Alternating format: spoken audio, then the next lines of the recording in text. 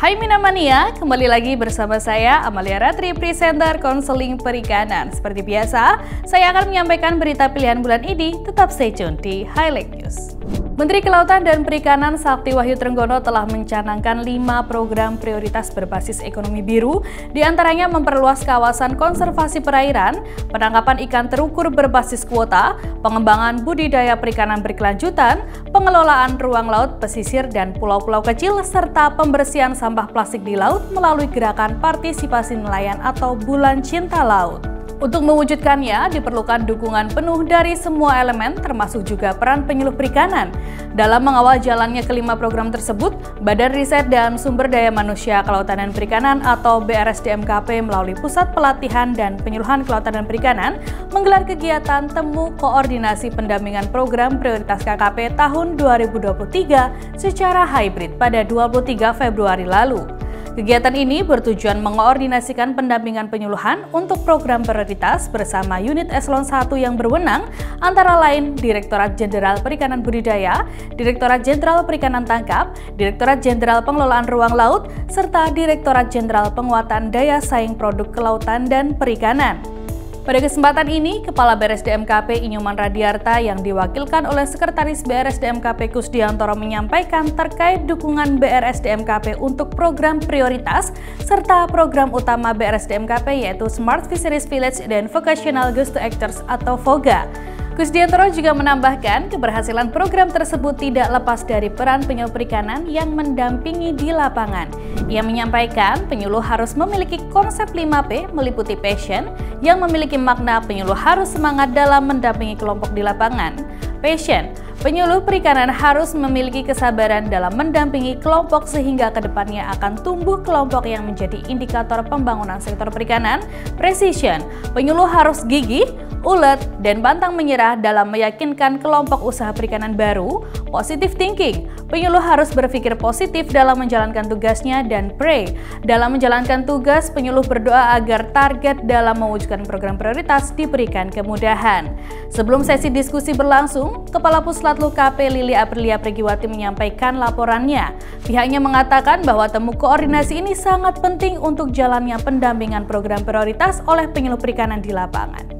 Pada 4 ruangan terpisah, narasumber dari masing-masing unit eselon 1 diberikan wadah untuk berdiskusi seputar jalannya kelima program prioritas di lapangan bersama para penyuluh perikanan, kepala dinas yang membidangi perikanan tingkat kabupaten atau kota, kepala dinas dan kelautan dan perikanan tingkat provinsi pada daerah yang terkait. Kementerian Kelautan dan Perikanan semakin fokus dalam mempersiapkan sumber daya manusia yang berkualitas, kompeten, dan berdaya saing melalui kegiatan pelatihan.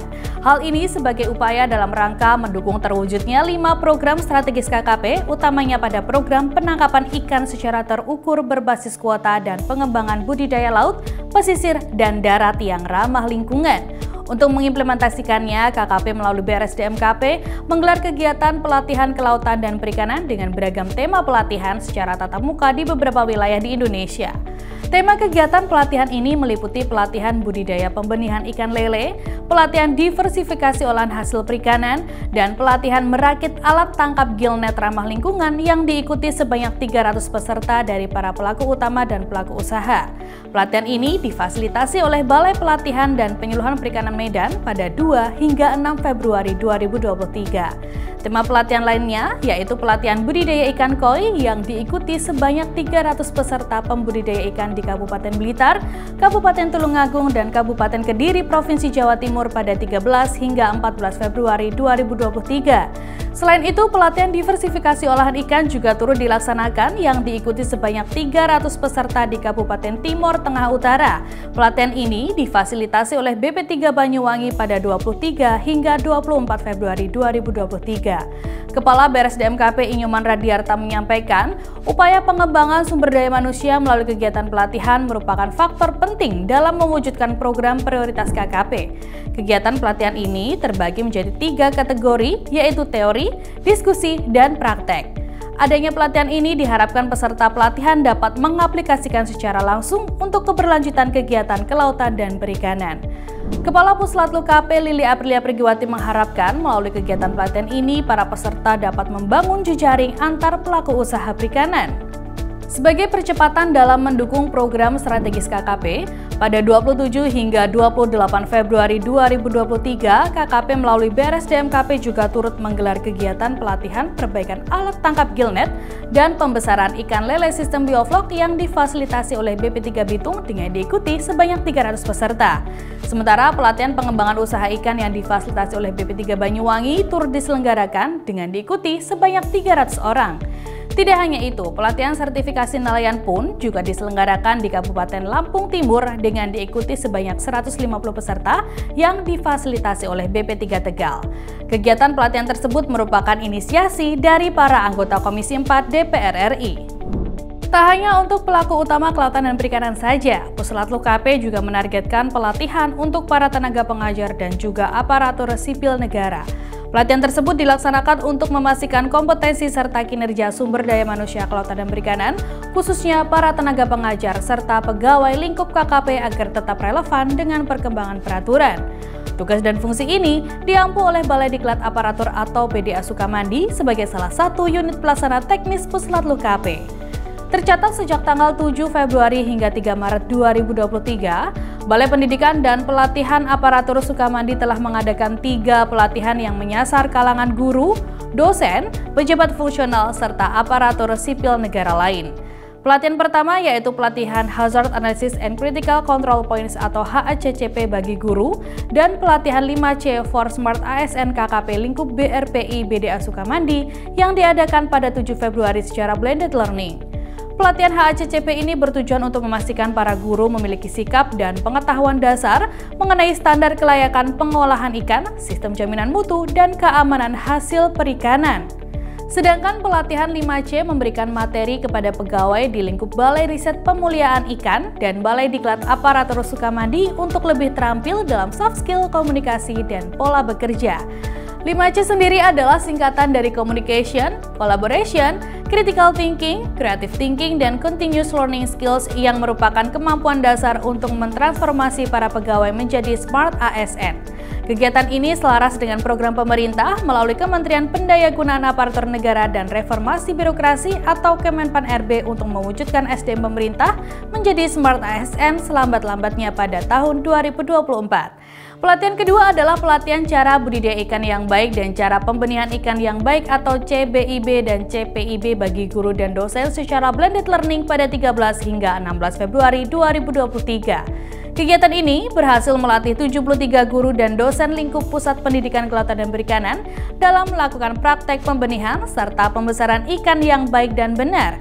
Tujuan pelaksanaan pelatihan CBIB dan CPIB ini adalah untuk menyiapkan kompetensi para guru dan dosen agar dapat menyalurkan kembali ilmu yang didapat kepada taruna atau mahasiswa di lingkungan pendidikannya. Terakhir yaitu pelatihan dasar jabatan fungsional pengelola produksi perikanan tangkap, pembina mutu kelautan dan perikanan, dan jabatan fungsional analis pasar hasil perikanan pada kurun waktu 13 Februari sampai 3 Maret 2023. Pelatihan ini digelar secara blended learning, yakni secara online dengan menggunakan aplikasi Emilia dan tatap muka di PDA Sukamandi. Dari seluruh kegiatan pelatihan, terdapat 124 peserta yang mengikuti pelatihan ini. Adanya pelatihan diharapkan terdapat peningkatan pengetahuan, keterampilan, dan sikap para calon pejabat fungsional pada tugas dan fungsi masing-masing dalam rangka mendukung kebijakan penangkapan ikan terukur berbasis kuota sebagai program prioritas KKP, peningkatan daya saing hasil kelautan dan perikanan, serta penjaminan kualitas mutu produk domestik dan ekspor. Kabar bahagia kembali datang dari Smart Fisheries Village Panembangan. Pada 10 Februari 2023 lalu, Smart Fisheries Village atau SFV Panembangan mendapat kunjungan dari tim Sekretariat Wakil Presiden atau Setwapres. Kunjungan tersebut dilaksanakan dalam rangka penyerapan pandangan dan pengumpulan data informasi terkait jalannya program serta prospek SFV Panembangan. Penyerapan pandangan ini dilakukan dalam rangka memantau pembangunan SFV Panembangan, mengidentifikasi permasalahan yang terjadi, serta memberikan masukan kepada para pemangku kepentingan. Kedatangan tim Setwapres disambut baik oleh Kusdiantoro selaku Sekretaris BRSDMKP, Lili Aprilia Pregiwati selaku Kepala Puslatlu KP, Untung Sanyoto selaku Kepala Desa Panembangan, serta pejabat lain di Balai Desa Panembangan Banyumas, Jawa Tengah. Kegiatan di Balai Desa Panembangan diawali dengan sambutan selamat datang dari pihak pejabat KKP serta pejabat Desa Panembangan, kemudian dilanjutkan dengan paparan Setwapres mengenai maksud dan tujuan kedatangan, dan terakhir dilanjutkan dengan penayangan video singkat introduksi SFI Panembangan. Penyerapan pandangan juga dilakukan dengan mengelilingi unit-unit perikanan yang ada di SFI Panembangan, antara lain budidaya mina padi, kunjungan ke kelompok pembudidaya ikan hias, pemenihan ikan, dan pengolahan ikan, serta produksi pakan mandiri dan juga pasar ikan. Tak hanya dari SFI Panembangan, kemajuan program Smart Fisheries Village juga datang dari Ambon, tepatnya di Desa Poka. Pada 24 Februari 2023, BRSDMKP bersama pemerintah daerah Kota Ambon telah menandatangani nota kesepakatan pembangunan Smart Fisheries Village Desa Poka dengan penerapan teknologi budidaya ikan kue, sistem keramba jaring apung, dan pembesaran lobster 3 fase. Inyoman Radiarta selaku Kepala BRSDMKP dan Budewin Watimbina selaku Pejabat Wali Kota Ambon menandatangani nota tersebut secara simbolis. Tujuan pengembangan Desa Poka sebagai Smart Fisheries Village adalah membangun desa perikanan budidaya terintegrasi dari hulu ke hilir yang berbasis penerapan teknologi informasi komunikasi dan manajemen tepat guna berkelanjutan untuk meningkatkan ekonomi masyarakat desa dengan mengembangkan potensi-potensi desa berbasis kearifan lokal. Desa Poka merupakan desa pesisir dengan potensi lahan budidaya ikan lautnya, ditambah dengan adanya 16 kelompok pembudidaya ikan dengan keramba jaring apung yang membudidayakan komoditas laut, salah satunya adalah ikan kue. Untuk budidaya lobster, teknologi pembesaran lobster 3 fase ini sendiri telah dikaji oleh Balai Pelatihan dan Penyuluhan atau BP3 Ambon dari segmentasi pendederan hingga pembesaran. Dengan teknologi ini, benih lobster yang ditangkap dari alam telah berhasil didederkan dan kini telah mencapai ukuran 300 hingga 600 gram per ekor. Sebagai informasi, pada tahun 2023 ini, BRSDMKP telah berencana membangun total 18 Smart Fisheries Village desa dan UPT yang tersebar di seluruh Indonesia. Penandatanganan nota kesepakatan ini adalah langkah untuk mewujudkan satu dari 18 lokasi tersebut, yaitu Smart Fisheries Village Desa Poka. Nah, itu dia Minamania, highlight news yang telah dirangkum oleh tim konseling perikanan. Nantikan informasi menarik tentang kelautan dan perikanan lainnya. Jangan lupa untuk selalu like, komen, share, subscribe, dan nyalakan tombol notifikasinya. Sampai jumpa di episode selanjutnya.